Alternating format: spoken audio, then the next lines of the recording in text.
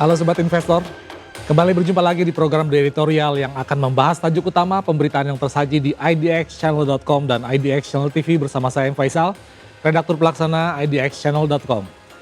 Ya Sobat Investor, bagaimana kabar Anda hari ini? Bagaimana pula kabar portofolio Anda di tengah tren positif indeks harga saham gabungan atau IHSG yang terus nyaman melenggang di zona hijau?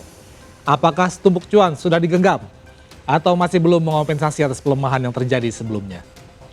Sobat Investor, meski kondisi pasar tengah dinaungi sentimen positif, saya percaya bahwa kalangan pelaku pasar, termasuk juga Anda Sobat Investor, masih tetap mengikuti perkembangan kondisi geopolitik global secara seksama. Mengingat pengaruh yang demikian besar terhadap arah pergerakan pasar ke depan.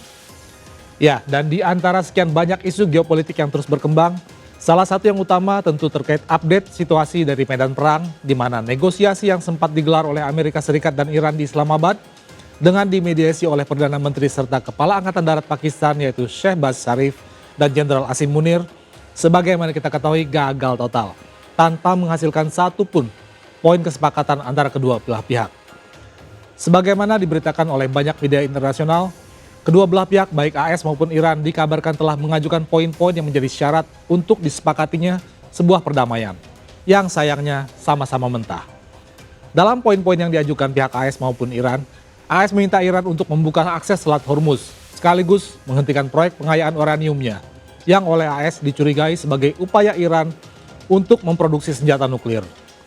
Permintaan tersebut pun disikapi secara sinis oleh Iran, yang mengingatkan perwakilan Iran bahwa pertemuan yang digelar di Islamabad adalah agenda perundingan, dan bukan untuk ajang satu pihak memberikan perintah pada pihak yang lain secara arogan dan semena-mena. Karenanya pihak Iran secara tegas menarik diri dari meja perundingan dan memilih untuk meneruskan perseteruan lantaran merasa tidak mendapatkan respek dan rasa hormat yang pantas dari pihak AS. Bahkan Menteri Luar Negeri Iran Abbas Araghchi yang hadir sebagai perwakilan delegasi dari pihak Iran menyampaikan sindiran yang secara implisit menantang pihak AS dengan menyebut bahwa Presiden AS Donald Trump bersama pasukannya telah memiliki waktu lebih dari 40 hari untuk membuka akses Selat Hormuz. Namun faktanya tidak bisa melakukan hal itu, bahkan hanya untuk 1 menit saja. Dan pada akhirnya masing-masing delegasi telah meninggalkan Islamabad dan pulang ke negara masing-masing dengan tanpa membawa satupun poin kesepakatan. Kondisi yang disambut dengan amarah oleh Presiden Trump yang kemudian memerintahkan Angkatan Lautnya untuk memblokade akses Selat Hormuz dengan harapan dapat menghalau kapal-kapal yang bakal melintas agar menuruti syarat-syarat dan kesepakatan dengan pihak Iran. Melalui pendekatan represif tersebut, Trump berharap dapat melemahkan bargaining position Iran dengan mengajak seluruh negara yang kapalnya akan melintas di Selat Hormuz untuk tidak tunduk pada klausul yang diminta pihak Iran. Yang jadi masalah dan seketika jadi perhatian publik dunia adalah daftar negara yang telah diberikan izin melintas oleh pihak Iran, di mana di dalamnya terdapat Rusia dan Cina yang notabene merupakan deretan seteru AS selain Iran. Yang ketiga kapal-kapalnya di Selat Hormuz benar-benar bakal dihalau oleh pihak AS, tentu berisiko memantik konfrontasi baru yang tak kalah menegangkan.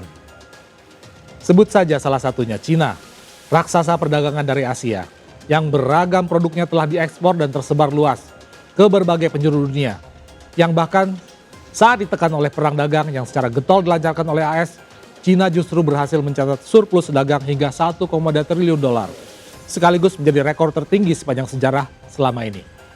Namun dengan kekuatan dagang yang demikian besar, Cina juga memiliki satu kelemahan kronis, di mana hampir seluruh geliat industri dalam negerinya sangat bergantung pada impor minyak mentah untuk kebutuhan energinya, di mana hampir seluruh kebutuhan pasokan tersebut didapat melalui jalur distribusi yang melintasi Selat Hormuz.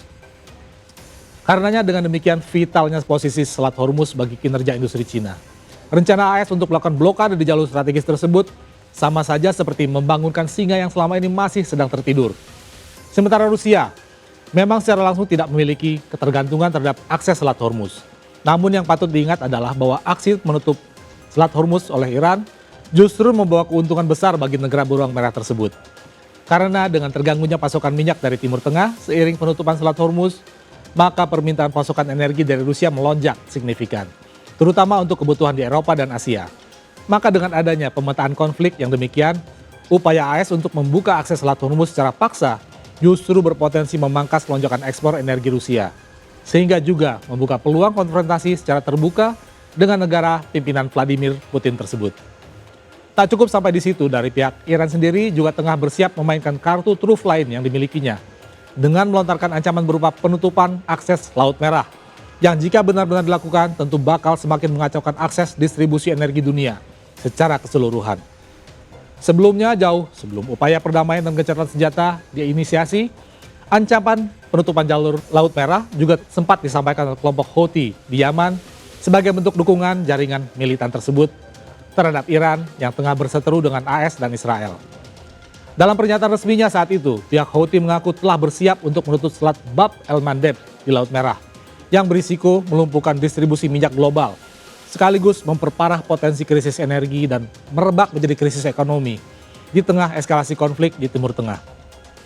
Bagi yang belum tahu, Selat Bab al-Mandeb merupakan jalur vital dalam ekosistem energi global dengan berfungsi sebagai penghubung utama antara Laut Merah dan Teluk Aden di Samudra Hindia yang notabene merupakan rute pelayaran minyak dan bahan bakar paling sibuk di dunia.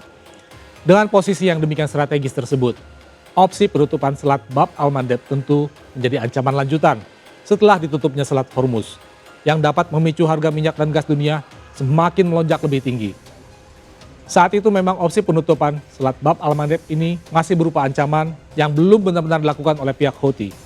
Namun jika kemudian saat Iran juga diketahui telah mempertimbangkan opsi tersebut, maka ancaman kekacauan distribusi sepertinya tidak lagi bisa dipandang sebelah mata.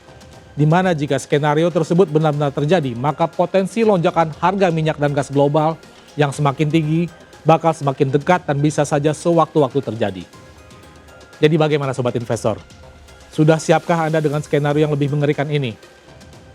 Demikian program The Editorial edisi kali ini. Saya M. Faisal pamit undur diri. Pantau terus berita ekonomi, bisnis, dan pasar modal hanya di IDX Channel TV, idxchannel.com, dan media sosial IDX Channel. Sampai jumpa.